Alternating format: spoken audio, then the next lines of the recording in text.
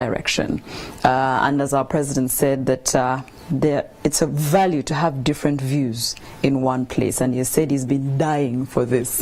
Is it a question of timing? What does he mean he's been dying for this? Because I feel like these are conversations that have been happening. Perhaps did we need one conversation, one discussion around the table?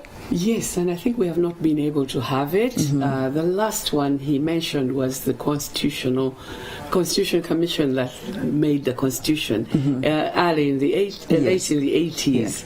So that seems to have been the last one that involved many people. But even there, he said they were disagreeing. So this one is a dialogue. We are supposed to try to understand one another and agree to do what's best for Uganda, not to compete, which is what others are. Like, for example, Parliament is a dialogue, but we are partisan.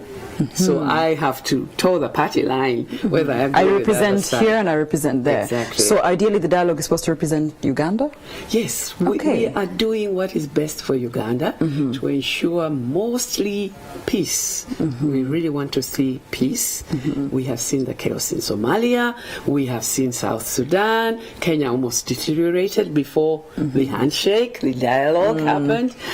So that is our job. And today we were signed off, so we are ready to go. We've been working at it already for the last 2 years, and with some successes.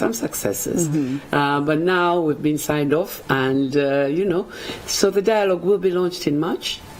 Yes. So this time it's the organizing committee. Okay. So now we know who's doing what in preparation for March. Okay. And then a few months after March, we will then really have the dialogue. The dialogue. Yes. So you did say that we have been signed off for the team that will make it happen. Yes. Talk to us about that team. Yes. Originally we were 6, so we are the main 6. That is the Elders Forum, to which I belong, the Interreligious Council of Uganda, the Women's Situation Room, to which I also belong, to the SEDU, IPOD, the Inter-Party Organization Dialogue, and NCF, National Consultative Forum. So that brings in all the parties, actually. Yes. I'm concerned about, of course, the elephant in the room, the fact that FDC figures that if we do not show up to the table, it's null and void, the discussion to happen. Is it null and void if they do not step up to the table? We are discussing with Ugandans in general. It really is not a political discussion. We may discuss politics, but from the point of view of what does Flavia think of the politics. Not so much of FDC versus so-and-so. No. So therefore we would love to have them at the table. They should be at the table, and we hope we will continue trying to persuade them, because they are the biggest opposition party.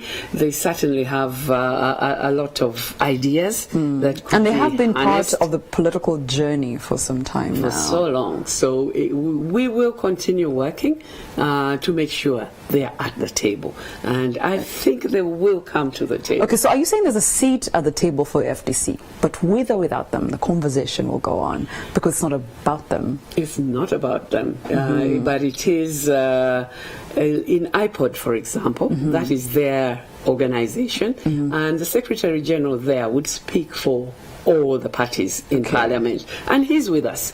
Frank is at the table.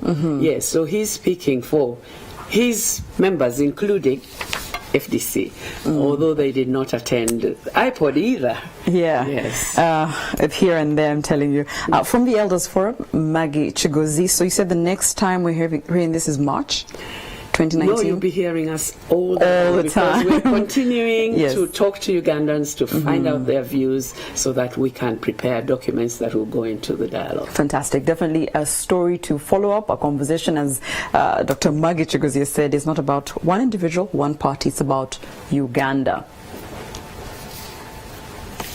And now the trial of Matthew Kanyamunyu, the key suspect in the killing of Kenneth Akena in November 2016, has started before the High Court in Kampala.